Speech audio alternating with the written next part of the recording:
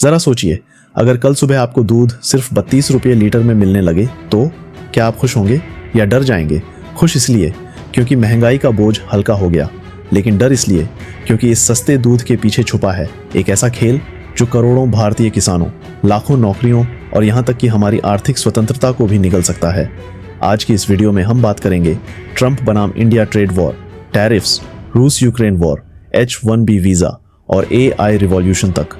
लेकिन असली सवाल है, क्या भारत वाकई आत्मनिर्भर बन पा रहा है या फिर हम सिर्फ अमेरिका और चीन के बीच फंसे एक मोहरे हैं? टैरिफ क्या होता है और क्यों लगता है? दोस्तों, सबसे पहले समझना पड़ेगा कि टैरिफ आखिर होता क्या है। मान लीजिए इंडिया की एक कंपनी अमेरिका में शर्ट बेच रही है। पहले वही शर्ट 100 रुपये में बिक रही थी, लेकिन डोनाल्ड ट्रंप ने अचानक ऐलान कर दिया इंडिया पर 50% टैरिफ। इसका मतलब अब हर शर्ट पर 50 रुपये का टैक्स लगेगा। तो अमेरिकी कंपनी उस 50 रुपये का बोझ खुद क्यों उठाए? वो सीधा अपने ग्राहकों पर डाल देगी। यानी पहले जो शर्ट $100 की मिलती थी अब वही $150 में मिलेगी। नतीजा, अमेरिकी लोग सोचेंगे क्यों विदेशी शर्ट खरीदें जब लोकल शर्ट सस्ती है। यानी टैरिफ का मतलब विदेशी प्रोडक्ट को महंगा करके लोकल इंडस्ट्री को प्रोटेक्ट करना। अब सवाल उठता है, अमेरिका ने इंडिया पर टैरिफ क्यों लगाया? अमेरिका का असली गेम, पनिशमेंट और प्रेशर। ट्रंप ने 2 वजहें बताई। पहली, इंडिया का ट्रेड सरप्लस, यानी इंडिया अमेरिका को ज्यादा माल बेचता है और वहां से कम खरीदता है, लगभग $40 अरब का अंतर। ट्रंप को यह बैलेंस मंजूर नहीं।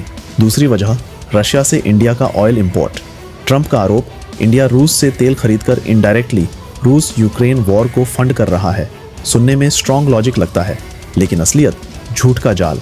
क्योंकि रूस से सबसे ज्यादा तेल लेने वाला देश इंडिया नहीं बल्कि चाइना है। चाइना 47% रूसी तेल लेता है, इंडिया सिर्फ 38%। तो फिर ट्रंप ने चाइना पर टैरिफ क्यों नहीं लगाया? क्योंकि चाइना इतना ताकतवर है कि अमेरिका खुलकर उसे चैलेंज नहीं कर सकता। यहाँ असली खेल कुछ और है। असली टकराव, कृषि बाजार। दोस्तों, इंडिया ने साफ साफ कह दिया है, हम अपने किसानों के साथ समझौता नहीं करेंगे। असल झगड़ा है कृषि मार्केट। अमेरिका चाहता है कि इंडिया अपना खेती बाड़ी का दरवाजा खोल दे, लेकिन इंडिया जानता है अगर अमेरिकी गेहूं, मक्का, दूध या कॉर्न यहाँ खुलकर बिकने लगे तो हमारे छोटे किसान बर्बाद हो जाएंगे। क्योंकि अमेरिका अपने किसानों को भारी सब्सिडी देता है, इंश्योरेंस से लेकर टेक्नोलॉजी तक। वहीं हमारे किसान मुश्किल से गुजारा कर पाते हैं। उदाहरण, दूध। SBI की रिपोर्ट कहती है कि अमेरिकी कंपनियां इंडिया में दूध सिर्फ 32 रुपये प्रति लीटर बेच सकती हैं, जबकि हमारे किसान 50 से 55 रुपये प्रति लीटर से नीचे बेच ही नहीं सकते। अब आप सोचिए, अगर अमेरिकी दूध आ गया तो क्या कोई भारतीय किसान टिक पाएगा? GM क्रॉप्स का डर। दूसरी बड़ी वजह, GM crops, genetically modified seeds.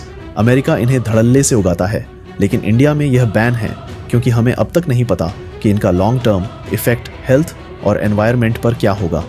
India सिर्फ कॉटन में GM सीड्स अलाउज करता है क्योंकि वो खाने वाली क्रॉप नहीं है, लेकिन अमेरिका चाहता है कि इंडिया GM कॉर्न और सोयाबीन खरीदे।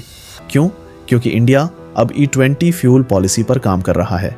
E20 यानी पेट्रोल में 20% एथेनॉल मिक्स, और एथेनॉल बनता है कॉर्न से।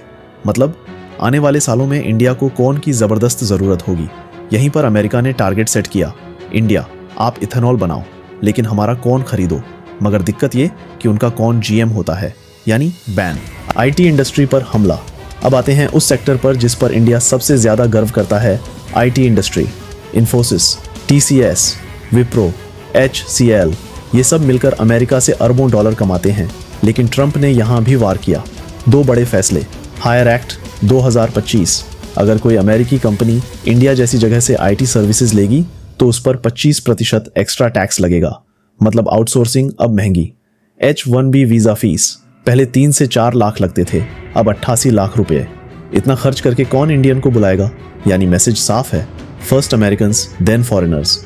इसका असर, इंडियन IT कंपनीज की डिपेंडेंसी उजागर हो गई, क्योंकि इन्फोसिस का 52% रेवेन्यू अमेरिका से आता है, TCS का लगभग 49%, वाइप्रो 54%, HCL 61%। यानी अगर अमेरिका नाखुश हुआ तो पूरा IT एम्पायर हिल सकता है। AI रेवोल्यूशन, भारत का असली टेस्ट। अब असली खतरा यहाँ छुपा है। AI, the 4th industrial revolution. Steam engine ने फैक्ट्रीज बदली, इलेक्ट्रिसिटी ने घर, कंप्यूटर्स ने ऑफिस, और अब AI बदल देगा पूरी दुनिया। अमेरिका और चीन दोनों अरबों डॉलर रिसर्च और इनोवेशन में झोंक रहे हैं, लेकिन इंडिया अब भी BPO, आउटसोर्सिंग और कॉल सेंटर में अटका हुआ है। इनोवेशन और रिसर्च कल्चर बहुत कमज़ोर, और यही वो कमज़ोरी है जिसकी वजह से अमेरिका हमें बार बार दबा सकता है, क्योंकि असली ताकत ट्रेड सरप्लस नहीं होती। असली ताकत होती है टेक्नोलॉजी में लीडरशिप। जियोपॉलिटिक्स, अमेरिका बनाम ब्रिक्स। ट्रंप की पॉलिसीज ने इंडिया को मजबूर किया कि वो ब्रिक्स की तरफ देखे। Brazil, Russia, India, China, south Africa.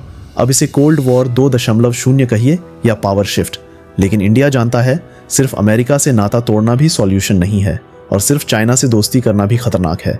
असल सॉल्यूशन है सेल्फ रिलायंस विद स्ट्रेंथ। तो दोस्तों, अब आप समझ गए होंगे, अमेरिका का असली गुस्सा सिर्फ रशियन ऑयल नहीं है।